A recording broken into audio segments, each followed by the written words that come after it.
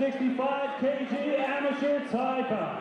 Introducing first, fighting out of the blue corner, weighing in at 65 kgs. Fighting out of UFC Dublin, presenting Thomas Berghentl.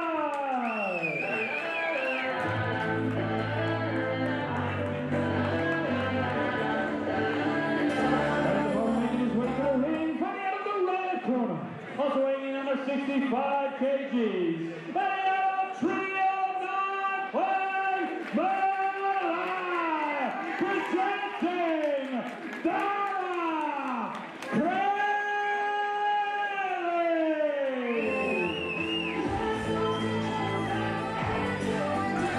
Crilly is in the yellow trunks and Thomas Berghentl is in the black trunks. Straight away we can see a size difference, but we'll see now if the taller fighter can take advantage of that, staying out long with kicking. He has, but Crilly's ability to break down distance is going to be key in this.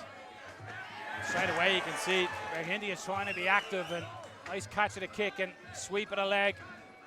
But shelling up a little here is Crilly, just absorbing to counter. He's got to be careful on that when he gets in close on the knees. He's almost adopting that peekaboo style defense. And you can see the experience. I don't know these guys' records, but the fact that you see one, each of them have demonstrated, as one fighter attacks, the other throws in the middle. That type of direct countering only comes with experience. Lots of rounds and or a few fights. I must point out as well, for the taller fighter here, Thomas Berghentl, this ring, it's almost like a dog box. It's quite a small ring, which is going to, for the viewers at home and the people in attendance here, it's going to do nothing but lead to excitement. But for the longer rangier fighter, is that going to nullify that length and idea of attack? Well, it depends. If you're a long range fighter, when I was fighting, everything was about long levers, the teeps and the kicks. You can fight in a small ring if you're a powerful kicker. So a lot of people kick and they throw volume at 60-70%, and it will still score with the judges. Or if you're a power teep, if you got a power teep, power kick, well then you got respect early from the opponent. So we'll actually see if they can actually command the centre of the ring, which they've kind of quieted down now a little bit, which is good. So I'm hoping to see a few more set pieces, kicking and checking and catching to display the art of Thai boxing. Again, I like this. I like this back and forth. Quite technical now. The nervous energy, I think. Yeah, they've settled down. You can see that. You really can. They've settled down the second half of the opening round here. Well, even with 3-2 minutes, you can't blast your opponent out of the water unless you think you're going to get the knockout quite early. It's not a sound strategy. Really trying to throw a little bit of a looping right hand to maybe catch Berghentl off guard, looping around the back of the glove, but I like that change of levels. Yeah, nice change of levels between the cross and the inside kick. I mark something with, again, if the layman's, including myself, for the he hits fast and he hits at 67% power, and he still has an extra gear. Second round about to get underway. Thomas Berghentl in the black, and we set Darragh Crill in the yellow.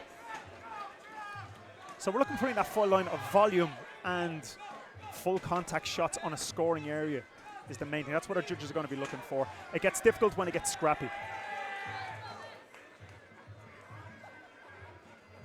We'll see there a warning coming in about throwing. You can actually push the opponent back 3 steps, and then you'll actually see in Thai boxing the referee will actually physically intervene. What we haven't seen tonight, or what I haven't seen, is you can actually pull the opponent back as many steps as you want, but to have that presence of mind, it takes quite a lot.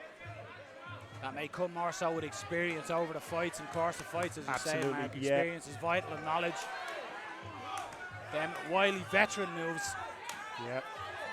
Really trying to push the action here, and I'm really liking the way Thomas Berghentl, he's staying very controlled and quite emotionless in there. He's not getting embroiled, just working his techniques. Yeah. The one thing I'd like him to change is he's hitting the guard. There we go.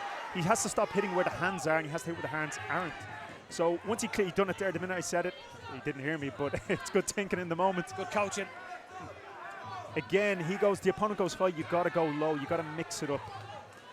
Nice straight right hand right down the pipe. He really has settled into the fight as the UFC Dublin man. Just almost has found the range, I think, of Crill. You can see that confidence is just a little lean back, and knows he's out of reach, so good distance management. checking them leg kicks, little Superman punch. I think Crill needs to go back to basics. When you're flustered like this, you're not going to pull things out of the bank. You're not going to pull big combos and spin kicks. Very rare. He needs to go back to exactly what he's doing, jab and low kick, but he needs more power. He's not getting respect for that low kick.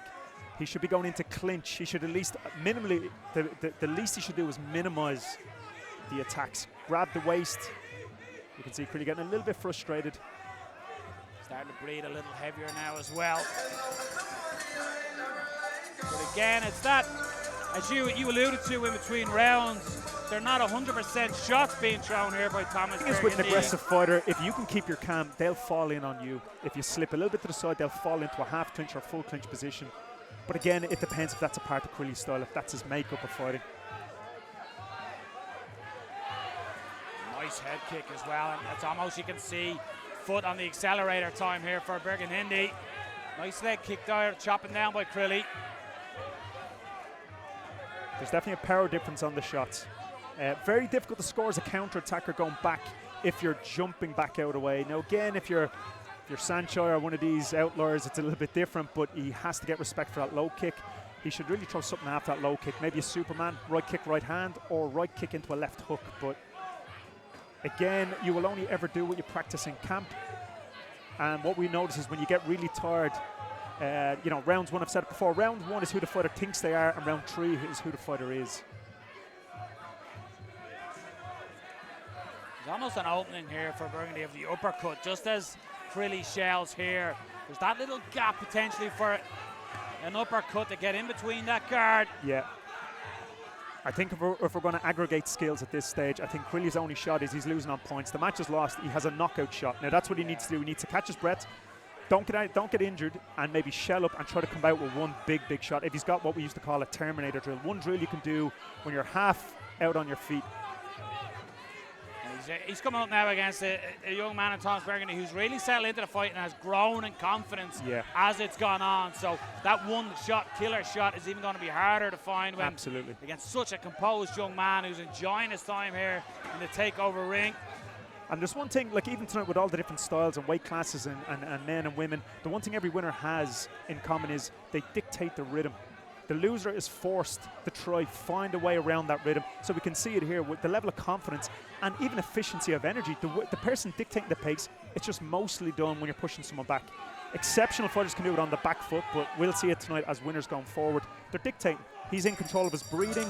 Crill's finding it difficult to catch his breath. But great fight. All credit to both fighters. It goes the distance, 3 rounds. We're going to send it up to our judges once more. Ladies and gentlemen, please show your appreciation for both fighters. Of the 3-round action, we go to your judges' scorecards. Your judges have scored this for your winner by majority decision. Fighting out